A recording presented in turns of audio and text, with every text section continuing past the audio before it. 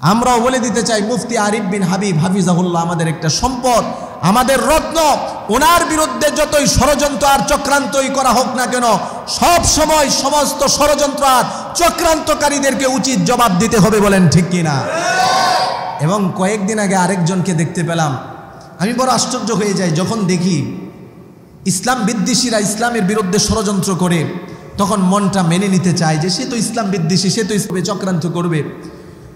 যখন দেখি টুপিওয়ালা, দাড়িওয়ালা এবং বড় সমাজে পরিচিত একজন বড় আলেম যখন একজন ইসলামের বিরুদ্ধে কথা বলে, মুহাক্কিক একজন আলেমের বিরুদ্ধে কথা বলে, তখন আমার দিলটা ভেঙে চুরমার হয়ে যায়। আমি কষ্টে দুঃখে ভারাক্রান্ত হয়ে যায় যে আলেম অন্য একজন মুহাক্কিক আলেমকে কাফের পর্যন্ত ফতোয়া দিতে পারে। আমি মনে করি সে আলেম কোনো আলেম হতে পারে না। আপনারা হয়তো শুনেছেন মুফতি আরিফ বিন হাবিব হাফিজাহুল্লাহ ওনার একটা বয়ানের মধ্যে রসুলের রওজাকে উনি এটা বলেন নাই যে রওজা বলা যাবে না, বরং কোরআনের মধ্যে হাদিসের মধ্যে যত জায়গায় আল্লাহর রসুল কবরের কথা উল্লেখ করেছেন, কবর শব্দ ব্যবহার করেছে। আপনারা হাদিস যারা পড়েন আপনারা দেখবেন সাহাবায়ে কেরাম যতবার উল্লেখ করেছেন রসুলের কবর শব্দের কথা উল্লেখ করেছেন। কবর, কবরুন মারারতু বি কবরি রসুলিল্লাহ, রাআইতু কবর রসুলিল্লাহ, এরকম হাদিসের মধ্যে ইবারত আসছে।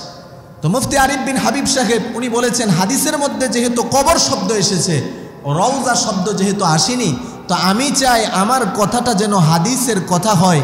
সাহাবায়ে কেরাম যেমন সওয়াব পেয়েছে আমিও যেন সওয়াব পাই। উনি এটা বলেননি যে রসুলের কবরকে রওজা বলা যাবে না, উনি এটাও বলেছেন রওজা যারা বলেন বলেন, কিন্তু আমি কবর বলবো, কেননা কবর শব্দ কোথায় এসেছে? হাদিসের মধ্যে এসেছে। কত সুন্দর কথা! এই কথাটাকেই নিজেকে দাবিদার অনেক বড় একজন আলেম নিজে দাবি করে, সুন্নিয়তের একজন আলেম ডক্টর এনায়েতুল্লাহ আব্বাসী, এইটাকে ভিত্তি করে উনি মুফতি আরিফ বিন হাবিব হাফিজাহুল্লাহর ব্যাপারে উনি এইভাবেই স্পষ্ট ফতোয়া দিয়ে দেন যে যে ব্যক্তি বলবে রসুলের রওজাকে রওজা বলা যাবে না, কবর বলতে হবে, সেই স্পষ্ট কাফের হয়ে গেছে। বলেন নাউজুবিল্লাহ। একটা মানুষকে কাফের বলা এটা কি সাধারণ বিষয়?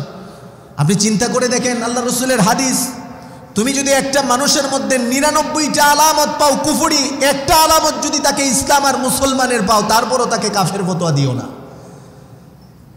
আর ইতিপূর্বে ওনাকে দেখা গিয়েছে উনি মনে হয় কাফেরের গোডাউন নিয়ে বসে আছে। কখনো কখনো আমাদের সেই শেরে তাজ শাইখুল হাদিস আল্লামা আজিজুল হক সাহেব রহিমাহুল্লাহ, দা আজিজুল হক সাহেব, ওনার ব্যাপারে পর্যন্ত উনি কাফের ফতোয়া দিয়েছে। শাইখুল ইসলাম আল্লামা শাহ আহমদ শফি রহিমাহুল্লাহ ওনাকেও কাফের ফতোয়া দিয়েছে। আল্লামা মামুনুল হক সাহেব ওনাকেও কাফের ফতোয়া দিয়েছে। মিজানুর রহমান আজহারি আমাদের এই ভাইয়ের ব্যাপারও সে কাফের ফতোয়া দিয়েছে।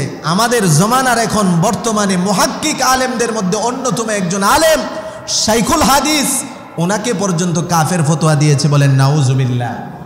এরপর একের পর এক বড় বড় আলেমরা যখনই যিনি মানুষের হৃদয়ের মধ্যে জায়গা করে নেয়, আর উনি যখন দেখতে পায় যে ওনার জায়গাটা মানুষের কাছে আস্তে আস্তে কমে যাচ্ছে, ওনার থেকে বড় হয়ে যাচ্ছে, অপর আলেমকে তখন উনি কাফের বলে আখ্যায়িত করে। বলেন নাউজুবিল্লাহ। কথায় কথায় অপরকে কাফের বলা, কথায় কথায় অপর ব্যক্তিকে কাফের ফতোয়া দিয়ে দেওয়া, বড় বড় মুহাক্কিক আলেমদেরকে কাফের বানিয়ে দেওয়া, এটা পথভ্রষ্টতা আর মূর্খতা আর বন্ডামি ছাড়া কিছুই না। বলুন ঠিক কিনা? এনায়েতুল্লাহ আব্বাসী আপনাকে বলে দিতে চাই, মাঝে মধ্যে আমরা আপনাকে মহব্বত করি কিছু কিছু আপনার কাজের কারণে। আপনি মাঝে মধ্যে ইসলামের পক্ষে বাতিলের বিরুদ্ধে অনেক বড় বড় ভূমিকা রাখেন, তাই বলে এটা না আপনাকে সবসময় আমরা সাপোর্ট করব আর মহব্বত করব। আল্লাহর জন্য আমাদের ভালোবাসা, আল্লাহর জন্য আমাদের বিদ্বেষ, আল্লাহর পক্ষে ইসলামের পক্ষে ওলামায়ে কেরামের পক্ষে থাকবেন, আমাদের মহব্বত থাকবে। ওলামায়ে কেরামের বিরুদ্ধে চলে যাবেন, আপনি ডক্টর এনায়েতুল্লাহ আব্বাসীকে মুসলমান চিনার টাইম নেই, ঠিক কিনা? আপনি একজন মুহাক্কিক আলেমকে আপনি কাফের ফতোয়া দিয়ে দেন, এটা কি স্বাভাবিক? একটা লোক কাফের হয়ে যাওয়া, তাকে কাফের বিশ্বাস করতে হবে। যারা তাকে কাফেরকে কাফের বিশ্বাস করবে না সেও কাফের। একটা লোক কাফের হয়ে যাওয়া মানে তার স্ত্রী তালাক হয়ে যাওয়া, একটা লোক কাফের হয়ে যাওয়া মানে সামনে কতগুলো বিধান একের পর এক আরোপিত হয়, এটা কি সাধারণ বিষয়? অতএব আপনি আপনার বক্তব্য মিডিয়াতে, আমার বয়ানগুলো রেকর্ড হচ্ছে যাবে, আমি এই মিডিয়ার মাধ্যমে জানিয়ে দিতে চাই ডক্টর এনায়েতুল্লাহ আব্বাসী সাহেব কাফের গোডাউনে এবার কাফের ফতোয়া দেওয়া বন্ধ করে দেন। অনর্থক মুহাক্কিক যুগশ্রেষ্ঠ ওলামায়ে কেরামকে কাফের বলে ফতোয়া দিবেন না। রসুলের হাদিস প্রমাণ করে কোনো ব্যক্তি যখন অপর ব্যক্তিকে কাফের বলে, সে যদি কাফের না হয় তাহলে যে বলে সে কাফের হয়ে যায়, ঠিক কি না? আল্লাহ রসুলের হাদিস, এই হাদিসের দ্বারা কিন্তু আমরাও বিভিন্ন ফতোয়া দিতে পারি। অতএব আমরা আপনাকে শুধরিয়ে যাওয়ার জন্য প্রস্তাব দিচ্ছি, আবেদন করছি, আপনি শুধরিয়ে যান। মুহাক্কিক উলামায়ে কেরামের বিরুদ্ধে লাগবেন না, ঠিক কিনা বলেন? কয়টার কথা আপনাদেরকে বলবো, একের পর এক ফিতনা। রসুলের হাদিস, আল্লাহ রসুল যে বলেছিলেন ওয়া আয়াতিন, একের পর এক নিদর্শন, একের পর এক ফিতনা আসতে থাকবে। মুক্তার মালা ছিঁড়ে গেলে একটা করে দানা যেমন মুক্তার মালা থেকে পড়ে আর ছিঁড়ে ছিঁড়ে জমিনে পড়ে যায়, একের পর এক ফিতনা তোমাদের কাছে আসতে থাকবে। ইসলাম বিদ্বেষীরা ইসলামের ষড়যন্ত্র করলে তো মনের মধ্যে এতটা কষ্ট লাগে না। নামদারি কিছু মুসলমান, তারা যদি এমন কিছু কাজ করে মুসলমানদেরকে ইসলাম থেকে বের করে দেয়, মুসলমানকে যদি কুফরি আর শিরকের দাবি করায়, মুসলমানদেরকে যদি কুফরি আর শিরকের মধ্যে ঢুকিয়ে দেয়, ওই নামদারি মুসলমানদের বিরুদ্ধে কথা না বলে আর সহ্য করে থাকা যায় না, ঠিক কিনা বলেন? ইদানিং দেখতে পাচ্ছেন, আপনারা অনেকে হয়তো দেখেছেন, আমাদের সমাজের সুন্নি নামক বেদাতিরা, আমি কথাটা কি বলেছি এটা লক্ষ্য করবেন, সুন্নি নামক বেদাতি যারা নিজেদেরকে সুন্নি বলে দাবি করে, তাদের মধ্যে অন্যতম একজন হাসান আজহারি সাহেব। ওনাকে দেখলাম মাথা থেকে একটা টুপি খুলল, টুপি খোলার পরে বলতেছে যে এই টুপিটার মধ্যে কি আছে? একটা চাঁদ আছে, 4টা তারা আছে। ব্যাখ্যা করতেছে 4টা হলো নবীজি, বলেন নাউজুবিল্লাহ, এবং 4টা তারার মধ্যে একটা তারা হলো মাওলাই আলী, আরেকটা হলো মা ফাতেমা, আরেকটা হলো হাসান, আরেকটা হলো হুসাইন। আচ্ছা বলেন, এই যে সে যে একটা ব্যাখ্যা করেছে কোরআন এবং হাদিসের, কোরআন বাদ দেন, হাদিসের অসংখ্য হাদিস সমূহের মধ্যে একটা জাল জয়ীফ হাদিসও সে দেখাতে পারবে? টুপির মধ্যে চাঁদ দ্বারা রসুল্লাহ আর 4টা তারকার দ্বারা এরকম 4 জন ব্যক্তি পাকে পাঞ্জাতন যাদেরকে বোঝানো হয়েছে, একটা জাল জয়ীফ হাদিসও সে কি দেখাতে পারবে? একটা জাল আর জয়ীফ হাদিসও দেখাতে পারবে না।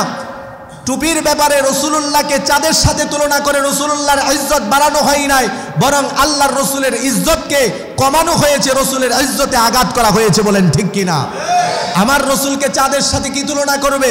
আমার রসুল তো চাঁদের চেয়ে সুন্দর, ঠিক কিনা বলেন? হযরত জাবেরের বক্তব্য, আমি পূর্ণিমার রজনীতে আসলাম, রসুলের দিকে তাকিয়ে থাকলাম আর আকাশের চাঁদের দিকে তাকিয়ে দেখি, একবার রসুলের দিকে তাকাই আর একবার আকাশের চাঁদের দিকে তাকাই। রসুল আমাকে প্রশ্ন করলেন, জাবের এমন করতেছো কেন? হযরতে জাবের বলেন, ইয়া রাসূলুল্লাহ, আকাশের চাঁদ দেখি আর জমিনের চাঁদ দেখি, আপনাকে দেখি। তো এবার আল্লাহর নবী বললেন, তোমার এখন মতামত কি? হযরতে জাবের বললেন, আমার কাছে তো ফাল্লাহু ইনদি আহসানু মিনাল কমার, আমার কাছে নবীজি আকাশের চাঁদের চেয়ে সুন্দর। সুবহানাল্লাহ। যেই নবীর তুলনা চাঁদের সাথে হয় না, চাঁদের চেয়ে শ্রেষ্ঠ, চাঁদের চেয়ে সুন্দর, ওই নবীকে টুপির মধ্যে একটা চাঁদের সাথে তুলনা করে এই সুন্নি নামক বেদাতি বক্তা মানুষকে কুফর আর শিরকের দিকে দাওয়াত দিচ্ছে, বলেন ঠিক কিনা? এদেরকে প্রতিহত করতে হবে, এদের বিরুদ্ধে প্রতিবাদ গড়ে তুলতে হবে। ইসলামের মধ্যে নাকি 73 দল আর 72 দলই তো জাহান্নামী, এক দল জান্নাতি, এবং এটাও বলতেছে এই টুপি যারা মাথায় পরবে তারাই হলো ওই জান্নাতি দল, বলেন নাউজুবিল্লাহ। এত সহজ জান্নাত? জান্নাত কি মামার বাড়ির মুয়া? এত সহজ জান্নাত? টুপি পরিধান করলাম আর জান্নাতে চলে গেলাম, নামাজের খবর নেই, রোজার খবর নেই, রসুলের মহব্বতের কোনো খবর নেই, এমনকি চেহারার মধ্যে রসুলের সুন্নতের কোনো খবর নেই। শুধুমাত্র যারা দাবি করে টুপি পরলেই জান্নাতি, এরা রসুলকে ভালোবাসে না, রসুলের সুন্নতকে ভালোবাসে না, ইসলাম এবং মুসলমানের বিরুদ্ধে ষড়যন্ত্র করতে গিয়ে এরা হলো বর্তমানে দাজ্জালের উত্তরসূরি, বলেন ঠিক কিনা? এদের বিরুদ্ধেও প্রতিবাদ করতে হবে, সত্যটা বুঝতে হবে, হকটা জেনে হকের উপর আমল করে বাতিলকে প্রতিহত করতে হবে, ঠিক কিনা বলেন? ভাইরা আমার, বলবেন হুজুর একের পর এক তো আপনি বলতেই আছেন, বলবো না কেন? আপনারা দেখতে পেয়েছেন আরেকটা ফিতনার কথা, আপনাদেরকে কি বলবো? কয়েকদিন আগে সৌদি আরবের মধ্যে দেখা গিয়েছে, রসুলের দেশ, যেই দেশে নবীজি জন্মগ্রহণ করেছেন, যেই দেশে এই কোরআন নাজিল হয়েছে, এই দেশের মানুষের মধ্যে যখন এমন কুফরি আর শিরকি কাজগুলো দেখি, তখন ইমানদার আমরা সহ্য করতে পারি না, খুব ব্যথা লাগে, ভারাক্রান্ত হৃদয় নিয়ে তখন বলতে হয়। সৌদি আরবে দেখলাম হেলোইন উৎসব, একটা উৎসব, হেলোইন উৎসব, এটা তারা উদযাপিত করেছে, বলেন নাউজুবিল্লাহ। এটা কি উৎসব অনেকে হয়তো জানেও না। হেলোইন এটা কি? হেলোইন উৎসব এটা বর্তমান আয়ারল্যান্ড এবং ইংল্যান্ড এবং উত্তর ফ্রান্সের একটা জাতি বসবাস করত, যাদেরকে বলা হয় কেল্টিক জাতি। কি জাতি? কেল্টিক জাতি। বর্তমান আয়ারল্যান্ড, ইংল্যান্ড এবং উত্তর ফ্রান্স, সেখানে একটা জাতি বসবাস করত যাদেরকে বলা হয় কেল্টিক জাতি। এই জাতির লোকেরা 21শে অক্টোবর দিবাগত রাত্রে তারা একটা উৎসব পালন করত। তারা নিজেদের চেহারার মধ্যে বিভিন্ন ভূতের ছবি, নিজেদের চেহারাগুলোকে, নিজেদের শরীরের পোশাকগুলোকে বিভিন্ন ভূতের পোশাকের মতো পরিধান করে ওই রাত্রিবেলা তারা বিভিন্ন রাস্তার মধ্যে ঘুরত আর উৎসব পালন করত। অনেকে মনে করে যে তারা যে বিভিন্ন চেহারা, ভূতের চেহারা এবং তারা যে বিভিন্ন দেওয়ের চেহারা নিয়ে ঘুরতেছে, এটা হয়তো এটাই একটা উৎসব। মূলত না। এই কেল্টিক জাতির বিশ্বাস ছিল যে সমস্ত মানুষ মারা গিয়েছে তাদের মধ্যে কিছু খারাপ আত্মারা এই দিনে দুনিয়াতে আসে, মানুষের ক্ষতি করার চেষ্টা করে। এই 30শে অক্টোবর দিবাগত রাত্রে ওই খারাপ আত্মারা দুনিয়াতে আসে, তাদের ক্ষতি থেকে বাঁচার জন্য তারা নিজেরা খারাপ ভূতের রূপ ধারণ করে তাদেরকে প্রতিহত করে। এই দিবসটার নাম দিয়েছে তারা হেলিয়েন উৎসব। বলেন নাউজুবিল্লাহ। আচ্ছা, আপনারা বলেন তো সবাই, ভালো মন্দ করার একমাত্র ক্ষমতা কার? তো এটা কি কোনো মুসলমানের উৎসব হতে পারে? জিন, ভূত, দেও এবং আত্মা মানুষের কোনো ক্ষতি, মানুষের কোনো উপকার করতে পারে? এই যে এই কেল্টিক জাতিরা এই উৎসব পালন করত। আর কয়েকদিন আগে লক্ষ্য করে দেখলাম সৌদি আরবের পবিত্র জায়গার মধ্যে, পবিত্র জায়গায় জন্ম নিয়ে ওই জায়গায় বসবাস করে সৌদির কিছু নামদারি মুসলমান, ইহুদি, নাসারা আর পশ্চিমাদের এই হেলিয়েন উৎসব উদযাপন করেছে। বলেন নাউজুবিল্লাহ। যুবক ভাইরা, যে কোনো উৎসবের মধ্যে খালি ডুবে পড়লে হবে না, যে কোনো উৎসবের মধ্যে খালি চলে গেলে হবে না। বুঝতে হবে, হক বুঝে তারপরে বাতিলকে প্রতিহত করা লাগবে। একটা কথা মনে রাখবেন, এই যে যত উৎসব আছে হেলিয়েন উৎসব, যত উৎসব আছে ভালোবাসা দিবস, যত উৎসব আছে পহিলা বৈশাখ, একটাও মুসলমানদের উৎসব না। এই সমস্ত উৎসবগুলো ইহুদি, নাসারা আর পশ্চিমাদের কৃষ্টি কালচার। বলেন ঠিক কিনা? মুসলমান এই সমস্ত উৎসবে কখনো অংশগ্রহণ করতে, আল্লাহ আমাদেরকে বোঝার তৌফিক দান করুক, বলি আমিন। আল্লাহ পাক রব্বুল আলামিন সূরা নূরের 52 নম্বর আয়াতের মধ্যে বলেন, وَمَن يُطِعِ اللَّهَ وَرَسُولَهُ وَيَخْشَ اللَّهَ وَيَتَّقْهِ فَأُولَئِكَ هُمُ الْفَائِزُونَ। আল্লাহ পাক রব্বুল আলামিন বলেন, তারাই হলো সফলকাম, তারাই পরিপূর্ণ সফলতা অর্জন করতে পেরেছে।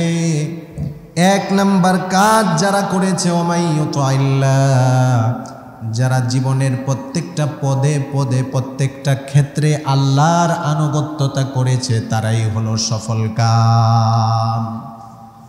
মুফাসসিরিনে কেরাম আয়াতের ব্যাখ্যায় বলেন, ওমাই ইউতিল্লাহ, এর দ্বারা ব্যাখ্যা হলো আল্লাহর যত ফরজ বিধান রয়েছে, সমস্ত ফরজ বিধানগুলোকে যারা পালন করে, যারা আল্লাহর বিধানগুলোকে মেনে চলে, তারা আল্লাহর আনুগত্যতা করে। দ্বিতীয় নাম্বার কাজ হলো ওয়ারাসূলুহু, আল্লাহর আনুগত্যতার পাশাপাশি আল্লাহর রসুলের আনুগত্যতা করে। আল্লাহ তাআলার আনুগত্যতার অর্থ হলো ফরজ বিধানগুলোকে পালন করা, আর নবীজির আনুগত্যতার দ্বারা উদ্দেশ্য হলো নবীজির যত সুন্নত রয়েছে, ইমানদার মুমিন মুসলমান জীবনের প্রত্যেকটা ক্ষেত্রে রসুলের সুন্নতকে অনুসরণ আর অনুকরণ করে চলবে। তৃতীয় নাম্বার গুণ হলো ওয়ায়াকশাল্লাহ, যারা অতীত জীবনে যত গুনাহ করেছে সমস্ত গুনাহের জন্য আল্লাহকে ভয় করে তওবা করবে। 4 নাম্বার গুণ হলো ওয়ায়াত্তাকুহি, অন্তরের মধ্যে আল্লাহর ভয় ভীতি রেখে ভবিষ্যতে জীবনে কোনো গুনার কাজ করবে না, গুনাহ থেকে বেঁচে থাকবে। 4টা কাজ যারা করবে আল্লাহ তাদের ব্যাপারে বলেন ফাউলাইকা হুমুল ফাইজুন, এরাই হলো সফল কাম। বলেন সুবহানাল্লাহ। আমার কথা না, আল্লাহ পাক রব্বুল আলামিনের পরিভাষায় তারাই হলো সফল কাম, যারা আল্লাহর ফরজ বিধানগুলোকে মেনে নিয়েছে, রসুলের আনুগত্যতা পুরাপুরি করেছে, যারা আল্লাহর ভয় অন্তরের মধ্যে পয়দা করেছে, তাকওয়ার মতো গুণ যারা অর্জন করতে পেরেছে, 4টা গুণ যারা অর্জন করতে পেরেছে, আল্লাহ পাক রব্বুল আলামিনের পরিভাষায় তারাই হলো সফল কাম। সফল কাম কিভাবে হওয়া যাবে? সফল কাম বলতে কি উদ্দেশ্য? সফল কাম দ্বারা উদ্দেশ্য হলো এই লোকগুলোকে আল্লাহ পাক রব্বুল আলামিন জাহান্নাম থেকে মুক্তি দিয়ে জান্নাত দিয়ে দিবেন। বলেন সুবহানাল্লাহ। আল্লাহ পাক রব্বুল আলামিন কোরআনের অন্য আয়াতের মধ্যে বলেন, ফামান যুহজিহা আনিন নারি ওয়া উদখিলাল জান্নাতা ফাকাদ ফাজ। ওই সমস্ত লোক যাদেরকে জাহান্নাম থেকে রক্ষা করা হলো, যাদেরকে জাহান্নাম থেকে মুক্তি দেওয়া হলো, ওয়া উদখিলাল জান্নাতা, যাদেরকে জান্নাতে প্রবেশ করানো হলো, যারা জাহান্নাম থেকে মুক্তি পেয়ে জান্নাতে ঢুকে গেল, আল্লাহর ভাষায় তারাই হলো সফল কাম। বলেন সুবহানাল্লাহ। এই জন্য আমরা সফল কাম হতে চাই না সবাই ইনশাল্লাহ? সূরা নূরের এই 52 নম্বর আয়াতটা, যদিও একটা আয়াত যদি আমাদের জীবনে আনতে পারি, একটা আয়াত, এটা ছোট হতে পারে, কিন্তু এই আয়াতের মধ্যে পূর্ববর্তী যত কিতাব আছে সব কিতাবের সমস্ত বিধানগুলো সন্নিবেশিত আছে। সুবহানাল্লাহ। তাফসীরে কুরতুবীর মধ্যে মুফাসসির লেখেন, এই আয়াতের ব্যাখ্যায় আমিরুল মুমিনিন খলিফাতুল মুসলিমিন ওমর রাদিয়াল্লাহু তাআলা আনহুর জীবনের একটা ঘটনা মুফাসসিরিন উল্লেখ করেছেন। তিনি বলেন, উনি যখন খলিফাতুল মুসলিমিন আমিরুল মুমিনিন, তখন একজন গ্রাম্য লোক আসলো।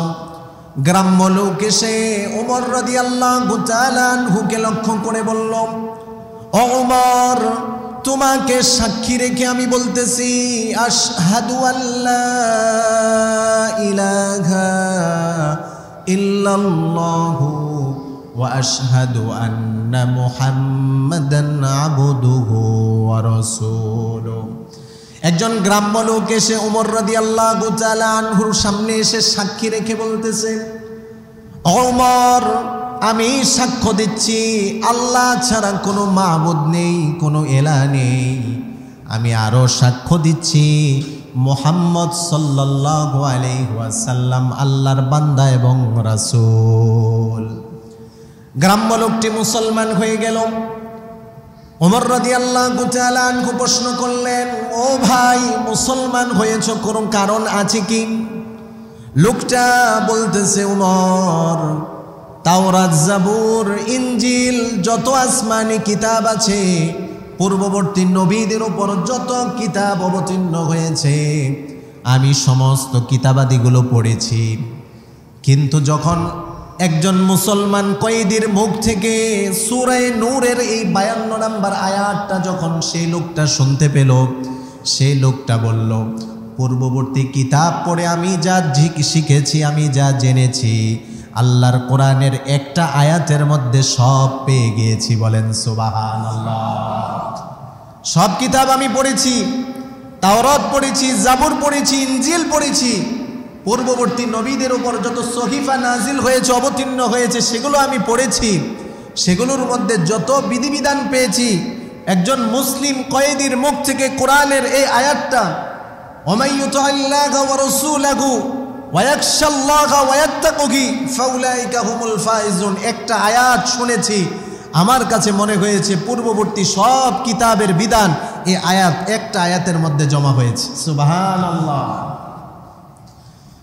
আমিরুল মুমিনিন খলিফাতুল মুসলিমিন ওমর রাদিয়াল্লাহু তাআলা আনহু তখন বললেন, এই যে তুমি বলেছো এক আয়াতের মধ্যে সমস্ত পূর্ববর্তী কিতাবের বিধানগুলো চলে এসেছে, তোমার এই কথার দ্বারা নবীজির ওই কথাটাও প্রমাণিত হয়ে গেল। আল্লাহর নবী বলতেন, উতিতু জাওয়ামিউল কালিম, আল্লাহ পাক রব্বুল আলামিন আমাকে সুদূর প্রসারিত অর্থবোধক বাক্য আমাকে আল্লাহ শিখিয়েছেন, যে কথাগুলোর মধ্যে কথা থাকে অল্প এবং অর্থ মর্ম থাকে অনেক বেশি। বলেন সুবহানাল্লাহ।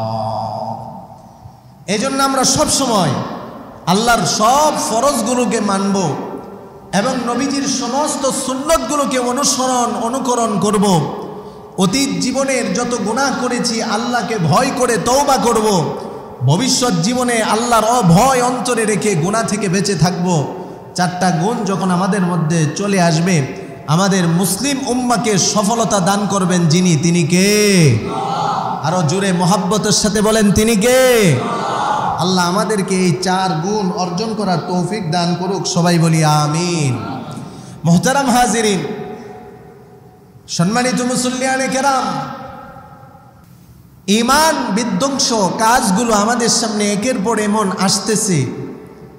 আল্লাহ রসুলের হাদিসগুলোর দিকে লক্ষ্য করলে আমরা বুঝতে পাই, রসুল যদিও হাদিসগুলো বলেছেন আজ থেকে প্রায় 1500 বছর আগে, কিন্তু হাদিসগুলো বর্তমান সময়ের সাথে ফিট করলে, বর্তমান সময়ের সাথে লাগালে কেমন জানি আমার মনে হয় যে রসুল বাস্তব চিত্রগুলো চোখে দেখে দেখে হাদিস বলেছেন, ঠিক কিনা?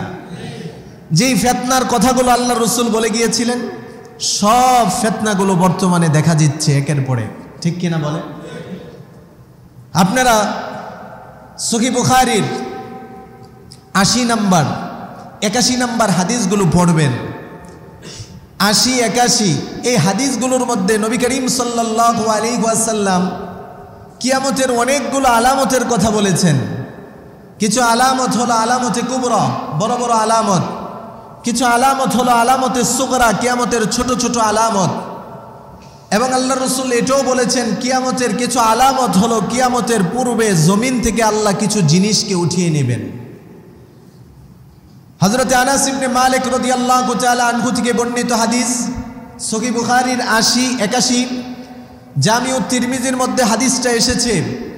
হযরত আনাস রাদিয়াল্লাহু তাআলা আনহু বলেন, কিয়ামতের আগে আল্লাহ তাআলা জমিন থেকে যে জিনিসগুলো উঠিয়ে নেবেন, ইন্না মিন আশরাতিস সাআহ, কিয়ামতের আলামত সমূহের মধ্যে একটা আলামত, অন্যতম আলামত হলো আইয়ুরফা আল ইলমু, আল্লাহ পাক রব্বুল আলামিন জমিন থেকে কোরআন হাদিসের জ্ঞান এলেম উঠিয়ে নেবেন। বলেন নাউযুবিল্লাহ। নবী করিম সাল্লাল্লাহু আলাইহি ওয়াসাল্লাম আজ থেকে প্রায় 1500 বছর পূর্বেই আমাদেরকে আজকের বর্তমানের বিষয় সম্পর্কে হুঁশিয়ারি দিয়ে দিয়েছেন, আমাদেরকে হাদিসের মাধ্যমে অবগত করে দিয়েছেন। আল্লাহর নবী বলেছেন কিয়ামতের আগে একটা সময় আসবে, আইয়ুরফা আল ইলমু, কোরআন হাদিসের জ্ঞান আর এলেমকে আল্লাহ তাআলা উঠিয়ে নেবেন। আরেক হাদিসের দ্বারা এটার সমর্থন পাওয়া যায়। কোরআন হাদিসের জ্ঞান আর ইলম কিভাবে উঠে যাবে? মানুষ একেবারেই কোরআন ভুলে যাবে, হাদিস ভুলে যাবে, বিষয়টা এমন নয়। মানুষের অন্তর থেকে একেবারে এলেম উঠিয়ে নেওয়া হবে এমনটা নয়। আল্লাহর নবী আরেক হাদিসের মধ্যে বলেন, ইন্নাল্লাহা লা ইয়াকবিদুল ইলমা ইনতিজাআন ইয়ানতাজিউহু মিনাল ইবাদ, আল্লাহ পাক রব্বুল আলামিন বান্দাদের থেকে এলেম অন্তর থেকে একেবারে উঠিয়ে নিয়ে যাবেন এমনটা হবে না।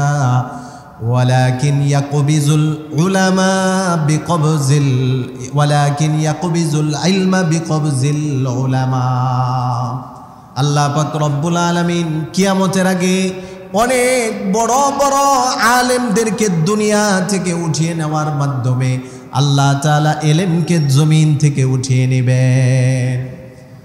আপনারা লক্ষ্য করেছেন 2021 সাল, 2022 সাল, 2020 সালের মধ্যে আমাদের বাংলাদেশের অনেক বড় বড় আলেম যিনারা ছিলেন, বাংলাদেশ যাদেরকে নিয়ে গর্ব করত, আমাদের উস্তাদদের উস্তাদ যিনারা ছিলেন, আল্লাহ তাআলা অনেককে দুনিয়া থেকে উঠিয়ে নিয়েছেন, ঠিক কিনা বলেন? দোয়া করি সমস্ত আলেমদেরকে আল্লাহ তাআলা জান্নাতের উচ্চ মাকাম দান করে দেখ, সবাই বলি আমিন। এলেম একেবারে উঠে যাবে না। আল্লাহ পাক রব্বুল আলামিন ইয়াকবিদুল ইলমা বিকবজিল উলামা, একের পর এক বড় বড় আলেমের মৃত্যু হয়ে যাবে। বড় বড় আলেমের মৃত্যুর মাধ্যমে আল্লাহ তাআলা জমিন থেকে এলেমকে উঠিয়ে নিয়ে যাবেন। হাত্তা ইযা লাম ইয়াবকা আলিমান, একটা সময় খুঁজে দেখা যাবে জমিনের মধ্যে কোরআন হাদিসের বড় কোনো আলেম আর পাওয়া যাবে না, কেননা সবাই মৃত্যুবরণ করেছে, আল্লাহ সবাইকে উঠিয়ে নিয়েছেন। যখন জমিনের মধ্যে আলেম আর খুঁজে পাওয়া যাবে না, জমিনবাসী তখন কিছু মূর্খ লোকদেরকে আলেম হিসাবে গ্রহণ করে নেবে, ঠিক কিনা? ইত্তাখাযান নাসু রুউসান জুহালান, জমিনের মানুষগুলো যখন যোগ্য আলেমকে হারিয়ে ফেলবে, যোগ্য কোরআন হাদিসের জ্ঞান যাদের মধ্যে পরিপূর্ণ তাহকিক সহকারে ছিল তাদেরকে যখন হারিয়ে ফেলবে, মুহাক্কিক উলামায়ে কেরামের যখন মৃত্যু হয়ে যাবে, জাহেল মূর্খদেরকে মানুষ নেতা হিসাবে গ্রহণ করে নিবে, ফাসুইলু, এবং মানুষ তাদেরকে বিভিন্ন বিষয় প্রশ্ন করবে। বিভিন্ন বিষয় প্রশ্ন করার পরে মূর্খ আলেম মনে মনে চিন্তা করবে, মানুষ তো আমাকে আলেম হিসাবে গ্রহণ করেছে, এখন আমাকে প্রশ্ন করেছে, যদি আমি উত্তর না দিতে পারি তাহলে তো আমার প্রেস্টিজ কমে যাবে। ফাআফতাউ বিগাইরি ইলমিন, ইলম ছাড়া কোরআন হাদিসের জ্ঞান ছাড়া মানুষের মাঝে ফতোয়া দিয়ে দিবে।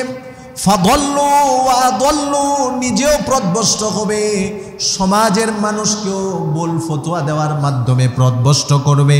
এমন একটা সময় যখন চলে আসবে, আল্লাহর নবী বলেন, উম্মত মনে রাখবে কিয়ামত আর বেশি দূরে না। ঠিক কি না? এখন আস্তে আস্তে মুহাক্কিক আলেমের সংখ্যা কমে যাচ্ছে, মুহাক্কিক উলামায়ে কেরাম একের পর এক আমাদের থেকে বিদায় নিয়ে চলে যাচ্ছেন। এই আলেমদেরকে উঠিয়ে নেওয়ার মাধ্যমে আল্লাহ তাআলা জমিন থেকে ইলম উঠিয়ে নিচ্ছেন। ঠিক কি না বলেন? আল্লাহর নবী বলেছেন, আইয়ুরফাল ইলমু, ইলমকে উঠিয়ে নেওয়া হবে। ওয়ায়াযহারুল জাহালু, মূর্খতা জমিনের মধ্যে ছড়িয়ে পড়বে। ঠিক কি না বলেন? যখন ইলম আর জ্ঞান জমিনের মধ্যে থাকবে না, স্বাভাবিকভাবে তখন মূর্খতা জমিনের মধ্যে ছড়িয়ে পড়বে। কেমন মূর্খতা ছড়িয়ে পড়বে? এমনভাবে মূর্খতা ছয় লাভ করবে, একটা মানুষ সালামটা পর্যন্ত সহিভাবে উচ্চারণ করে দিতে পারে না, এমন মূর্খ ব্যক্তিও আলেমের ভুল ধরবে। বলেন ঠিক কি না? মূর্খ ব্যক্তি ভালো করে সালামটাও দিতে পারে না।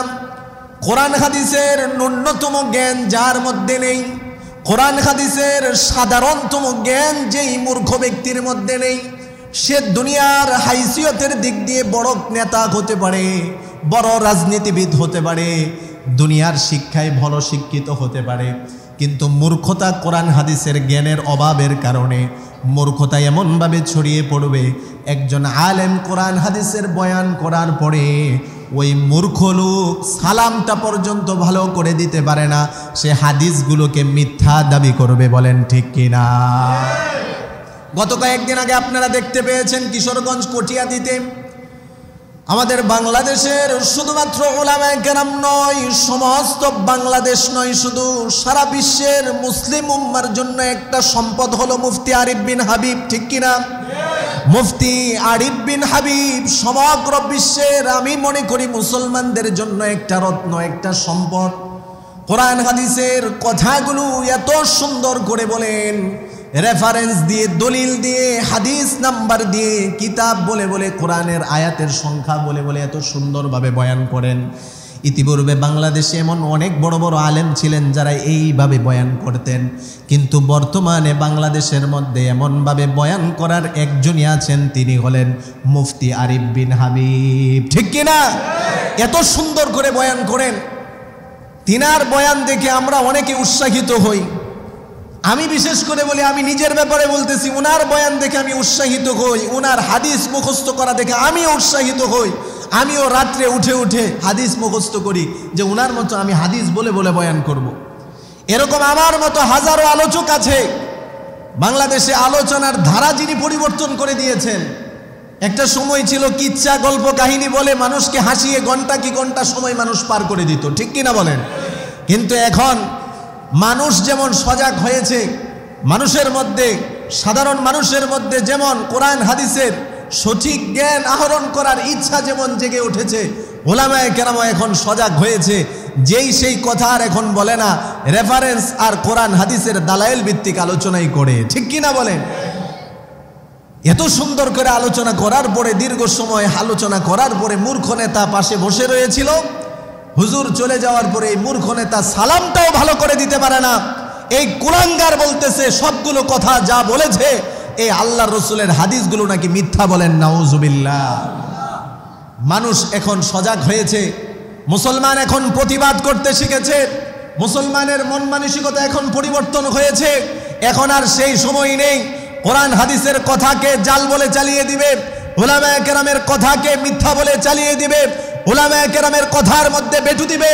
বর্তমানে বাংলাদেশের রূপ পরিবর্তন হয়েছে আলেমদের মেহনত আর পরিশ্রমের কারণে, উলামায়ে কেরামের কোরআন হাদিসের সহিহ আলোচনাগুলোর কারণে সাধারণ ইমানদারের ইমানের পরিবর্তন হয়েছে, যার কারণে উলামায়ে কেরামের অপমান দেখলে সাধারণ মুসলমান আর সহ্য করতে পারে না, সাথে সাথে প্রতিবাদ গড়ে তুলে। বলেন ঠিক কিনা?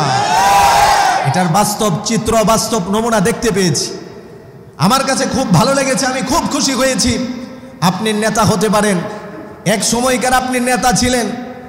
ওনার ব্যাপারে যতটুকু আমি শুনতে পেয়েছি, বিএনপির বরখাস্ত, বিএনপি দল থেকে বাদ দেওয়া উনি একজন নেতা। তো যেই নেতাই হোক, যেই দলেরই হোক, দল মত নির্বিশেষে আমাদের সকলের প্রথম পরিচয় একটা, সেটা হলো আমরা সবাই মুসলমান। আমাদের প্রথম পরিচয় একটা, আমরা সবাই মুসলমান। কোরআনকে আমরা মানি, রসুলের হাদিসকে আমরা বিশ্বাস করি, সত্য বলে স্বীকার করি। সে তো আরিফ বিন হাবিব হাফিজাহুল্লাহ ওনার কথাগুলোকে মিথ্যা বলে চালিয়ে দেয়নি, বরং রসুলের হাদিসকে মিথ্যা বলে চালিয়ে দিয়েছে। আর কোনো মুসলমান নিজেকে যতই পরিচয় দেখ মুসলমান, রসুলের কোনো হাদিসকে যখন মিথ্যা বলবে, স্পষ্টভাবে আমি বলে দেই সে কাফের, কাফের, কাফের। বলেন ঠিক কিনা? নতুন করে মুসলমান তাকে হতে হবে, কালিমা পড়ে মুসলমান হতে হবে, না হয় তোমার জানাজা পড়াও ঠিক হবে না। তবে ধন্যবাদ জানাই তৌহিদি মুসলমানদেরকে। আমার খুব ভালো লাগে বর্তমানে যুব সমাজ ইসলামের দিকে আস্তে আস্তে ধাবিত হচ্ছে। মাহফিলগুলোর মধ্যে, কোরআনের আলোচনাগুলোর মধ্যে যুবকদের উপস্থিতির সংখ্যা বেশি পাওয়া যায়, ঠিক কিনা বলেন? তবে এক শ্রেণীর মানুষের আবার এটা দেখে চুলকানিও শুরু হয়ে যায়। তাদের কাছে ভালো লাগে না যুব সমাজ কেন ইসলামের ছায়া তলে এভাবে আসতেছে। দলে দলে যুব সমাজ এখন কোরআন এবং হাদিসের কথা শোনার জন্য আসে। গতকালকে এক জায়গায় গেলাম, নেত্রকোনা বারাহাট্টা, একেবারে গ্রাম অঞ্চল, কিন্তু আলহামদুলিল্লাহ উপস্থিতির সংখ্যা ছিল অনেক বেশি। মনটা ভরে গিয়েছে, দিলটা আনন্দে ভরে গিয়েছে। এভাবে যদি মুসলমানদের আস্তে আস্তে মুসলমানদের যখন কোরআন হাদিসের জ্ঞান আহরণ করবে, তাদের দিল এবং ঈমান পরিবর্তন হবে। কোনো বাতিল জমিনের মধ্যে ইসলামের বিরুদ্ধে ষড়যন্ত্র করে কখনো ঠাঁই পাবে না। বলেন ঠিক কিনা? মুসলমানের ঈমানের পাওয়ারফুল পাওয়ার হাউস হলো এই কোরআন। কোরআন থেকে, হাদিস থেকে মুসলমান তার ঈমানকে শক্তিশালী করবে, পাকাপোক্ত করবে।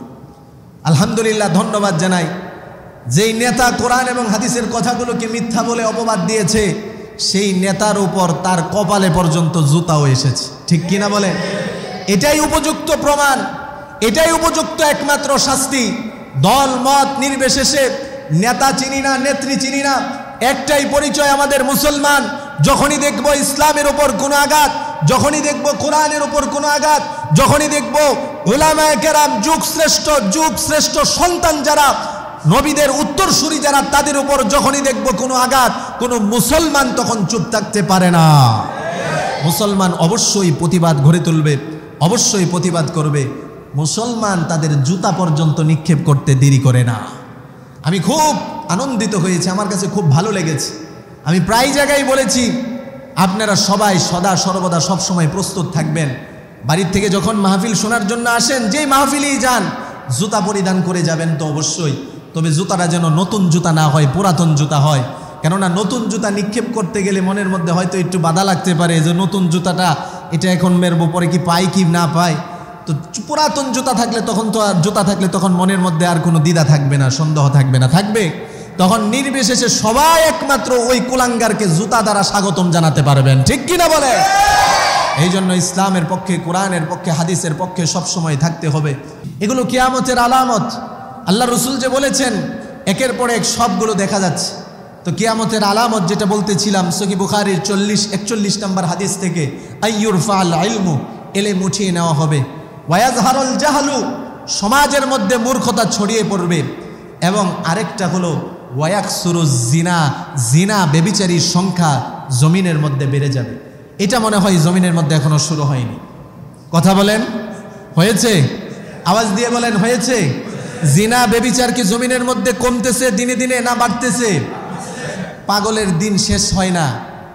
কয়েকদিন আগে দেখলাম আমাদের সমাজের কিছু কুলাঙ্গার নারীরা পোশাকের স্বাধীনতা নিয়ে ঢাকার মধ্যে আন্দোলনে নেমেছিল। আমি আপনাদেরকে এই সম্পর্কে বলেছিলাম। তারা যখন তাদের উদ্দেশ্যে পৌঁছতে পারেনি, এক পাগল কোথা থেকে আসছে, এটা ছেলে না মেয়ে আমার বুঝতে কষ্ট হয়ে যাচ্ছে। অর্ধেক প্যান্ট পরে, ছিঁড়া প্যান্ট পরে সে এসেছে নারীদের পোশাকের স্বাধীনতা দাবি করতে, অথচ সে একজন পুরুষ। কিন্তু তার বেশপোশাকে, চালচলনে, কথাবার্তায় সাংবাদিকরাও প্রশ্ন করতেছে। আমরা তো কনফিউশনে পড়ে গেছি, আপনি কি পুরুষ না নারী? সে তখন আর সঠিকভাবে উত্তর দিতে পারে না। আমরাও বুঝে নিলাম এটা একটা পাক্কা হিজলা, ঠিক কিনা বলেন? এদেরকে কেন প্রশাসন বাধা দেয় না, কেন পিটিয়ে মাথা ওদেরকে বাইরে ফাটিয়ে দেয় না, আমার বুঝে আসে না। এই সমস্ত পাগল ছাগল কিভাবে রাস্তায় নামে, আর সাংবাদিকরা কেন ওদের কাছে যায়? বলতেছে আপনার কি উদ্দেশ্য? আমি সমকামিতা পক্ষে। বলেন নাউজুবিল্লাহ, সমকামিতার সে পক্ষে। এরকম জিনা বেবিচারীর সংখ্যা জমিনের মধ্যে বেড়ে যাবে। আল্লাহ রসুল আরেকটা আলামত বলেছেন কিয়ামতের আগে জমিনের মধ্যে হবে, সেটা হলো ওয়া তুশরাবুল খমর, মানুষের ঘরে ঘরে মদের বোতলের সংখ্যা বেড়ে যাবে, ঠিক কিনা বলেন? অধিকাংশ মানুষের ঘরের ফ্রিজ খুলে দেখবেন তাদের ঘরে মদের বোতল। বলবেন হুজুর মদ না, এগুলো বিয়ার। বিয়ার কি মদ না? আপনারা বলেন বিয়ার কি মদ না? এটাও কিয়ামতের একটা আলামত। কিয়ামতের আগে মানুষ হারাম কাজ করবে, তবে নাম পরিবর্তন করে ফেলবে।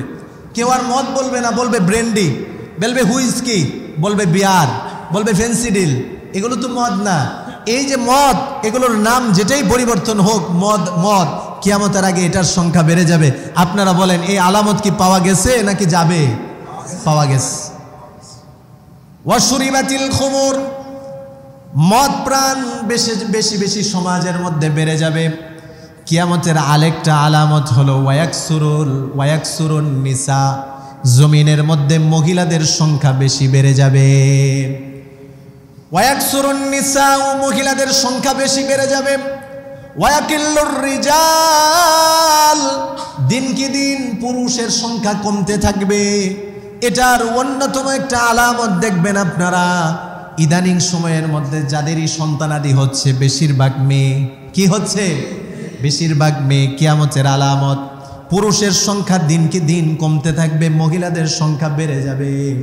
আল্লাহর নবী বলেন হাত্তা ইয়াকুনা লিখুমসিনা ইমরাতান কাইয়িমুন ওয়াহিদুন, এমন একটা সময় আসবে যেই সময়ের মধ্যে দেখা যাবে একজন পুরুষের অধীনে 50 জন মহিলা থাকবে। কতজন? আমার কথা না, হাত্তা ইয়াকুনা লিখুমসিনা ইমরাতান কাইয়িমুন ওয়াহিদুন, একজন পুরুষের অধীনে 50 জন মহিলা থাকবে। আর যখন এই অবস্থা সমাজের মধ্যে হবে, তখন বুঝে নিতে হবে এটা কিয়ামতের আলামত। একের পর এক এরকম ফিতনাগুলো আসতেই থাকবে। এই ফিতনাগুলো জমিনের মধ্যে যখন আসতেই থাকবে, আরেক হাদিসের মধ্যে আল্লাহর নবী বলেন ফালিয়ারতাকিবু ইনদা যালিকা রিহান হামরা, যখন এমন ফিতনা জমিনের মধ্যে আসবে, উম্মত তোমরা অপেক্ষায় থাকবে। এমন একটা আগুন জমিনের দিকে দিয়ে আসবে, যেই আগুনটা বাতাসযুক্ত আগুন থাকবে। এলাকা এলাকা, জনপদ জনপদ, দেশ কি দেশ ওই আগুনে জ্বালিয়ে দিবে। নাউজুবিল্লাহ বলেন। শুধুমাত্র তাই না, আযাব আর গজব হিসাবে খসফান ওয়া মাসখান ওয়া কজফান, ভূমিকম্প হবে, ভূমিধস হবে। কয়েকদিনের আগের ঘটনা, পঞ্চগড়ের 30টা ঘর বাড়ি মানুষ সহ জমিনের মধ্যে ডেবে গিয়েছে। এটাকে বলা হয় ভূমিধস। কিয়ামতের আলামত, মানুষের চেহারা বিকৃত হয়ে যাবে। কয়েকদিন আগে নাটোরের একটা ছেলেকে দেখলাম, মানুষ হিসাবে জন্মগ্রহণ করেছে, আস্তে আস্তে দিনকে দিন চেহারাটা কেমন কালো বর্ণের হয়ে গিয়েছে। হাত থেকে পা থেকে গাছের শিকড়ের মতো শিকড় বের হচ্ছে। মানুষের চেহারার এরকম বিকৃতি যখন হয়ে যাবে, রসুল বলেন তখন কিয়ামতের কাছাকাছি সময় চলে আসবে, ঠিক কিনা? সবগুলো আলামত দেখা যাবে। ঘূর্ণিঝড় হবে, ভূমিকম্প হবে, সিডর হবে, মানুষ বিপদের মধ্যে পড়ে যাবে। শুধুমাত্র তাই না, অভাব অনটন দুর্ভিক্ষের দ্বারা আল্লাহ ইমানদারদেরকে পরীক্ষা করবেন।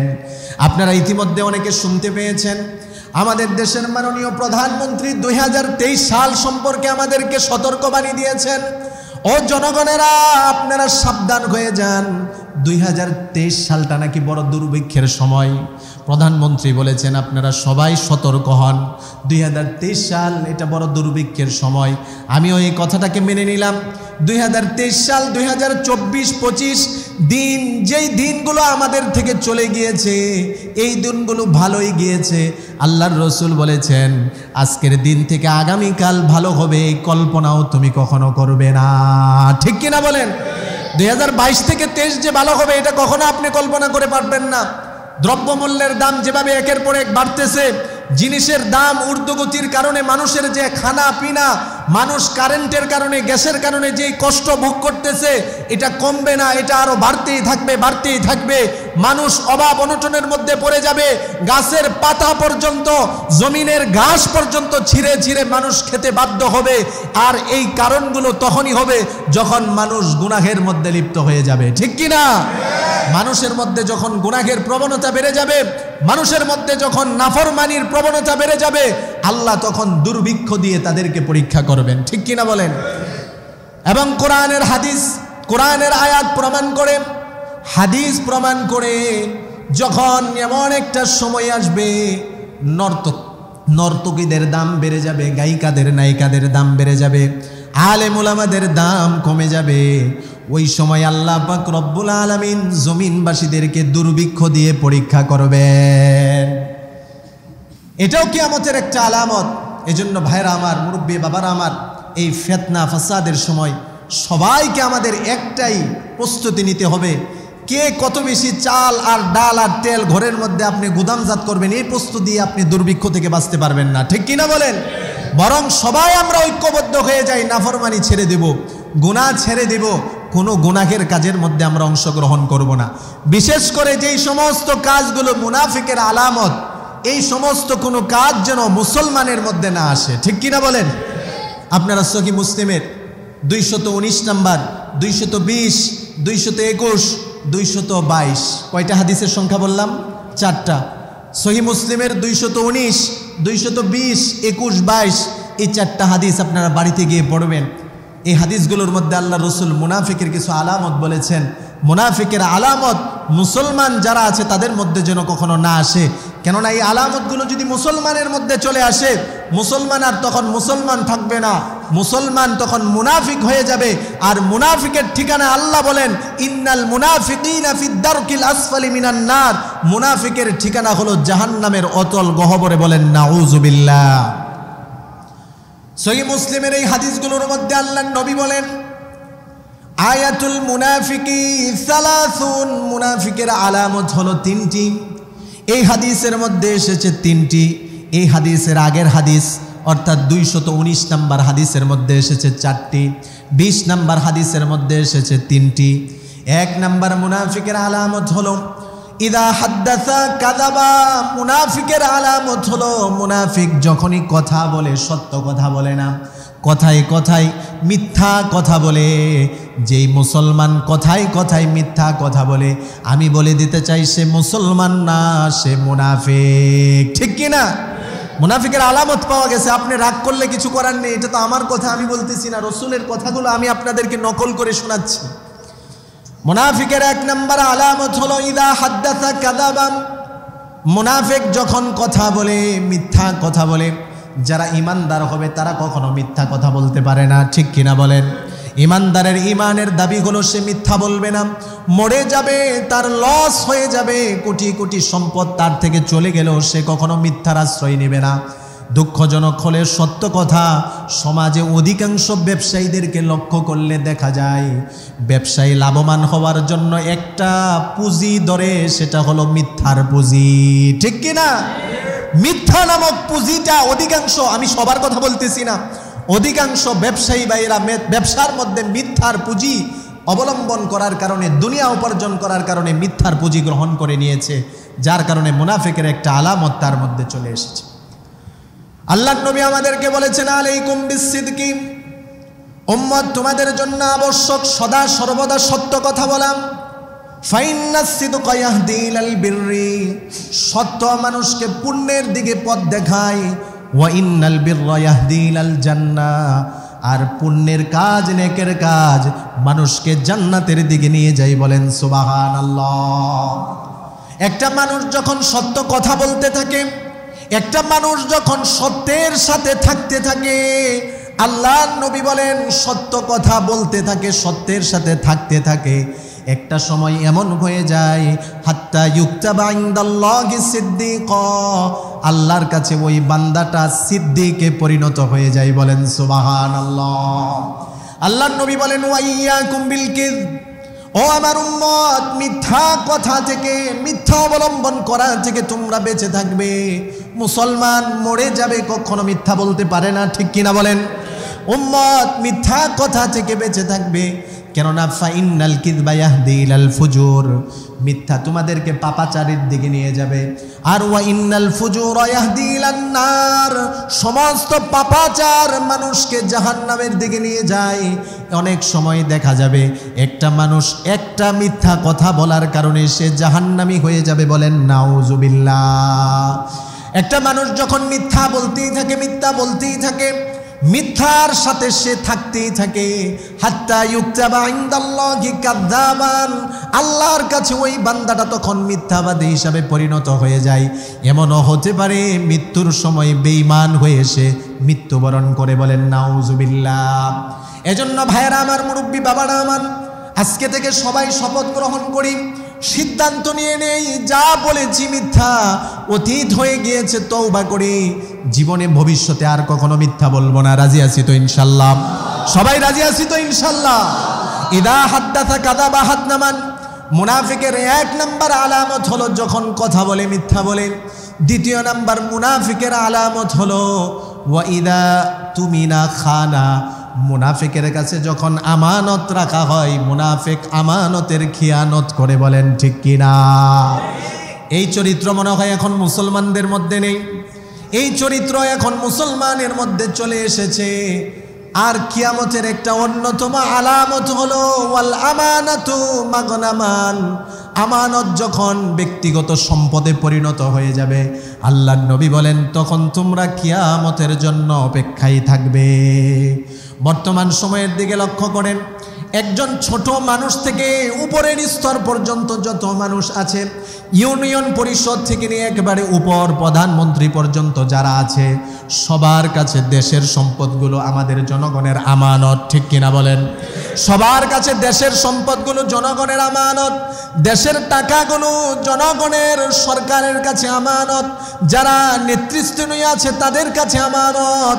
কিন্তু দুঃখজনক হলে এটাই সত্য কথা, রাগ করলে লাভ নেই, সমাজের বাস্তবতা এটাই, অধিকাংশ নেতৃস্থানীয় নেতারা জনগণের আমানতের খেয়ানত করে। বলেন ঠিক কিনা? রাস্তার ইট আর রাস্তার মধ্যে লাগাই না, রাস্তার ইটের টাকা তার পকেটে চলে আসে, রাস্তার ইট যেটা রাস্তায় লাগানো দরকার ছিল তার বাড়িতে চলে আসে, রাস্তার ইটের টাকা, রড সিমেন্টের টাকা দেশে রাখতে রাখতে যখন ব্যাংক ব্যালেন্স ভরপুর হয়ে যায়, বিদেশ পর্যন্ত পাচার করে আমানতের যখন খিয়ানত হবে, রসুল বলেন এটা হলো মুনাফিকের আলামত। বলেন ঠিক কিনা? অতএব যে বা যারাই ছোট থেকে বড় হোক, যারাই মানুষের আমানতের খেয়ানত করে, রসুলের হাদিস সাক্ষী, তারা মুসলমান না, তারা মুনাফিক। ঠিক কিনা?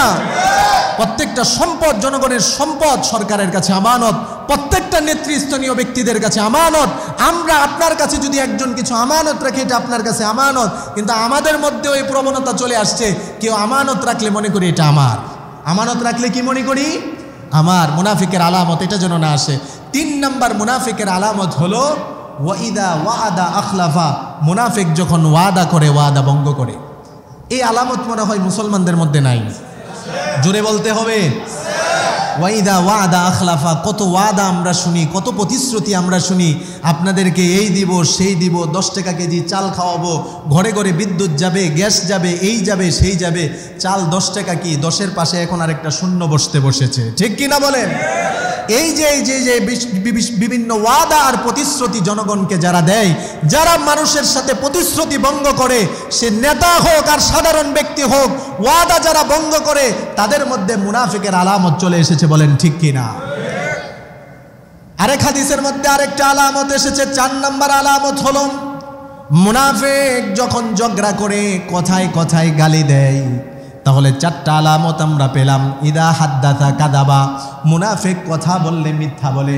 দ্বিতীয় নাম্বার আলামত হলো আমানত রাখলে খেয়ানত করে। তৃতীয় নাম্বার মুনাফিকের আলামত হলো ওয়াদা করলে ভঙ্গ করে। 4 নাম্বার মুনাফিকের আলামত হলো ঝগড়া লাগলে গালিগালাজ করে। আল্লাহর কাছে দোয়া করি আল্লাহ আমাদের ইমানদারদেরকে এই 4টা আলামত থেকে বাঁচার তৌফিক দান করুক, আমিন। ওয়া আখিরু দাওয়ানা আলহামদুলিল্লাহি রাব্বিল আলামিন।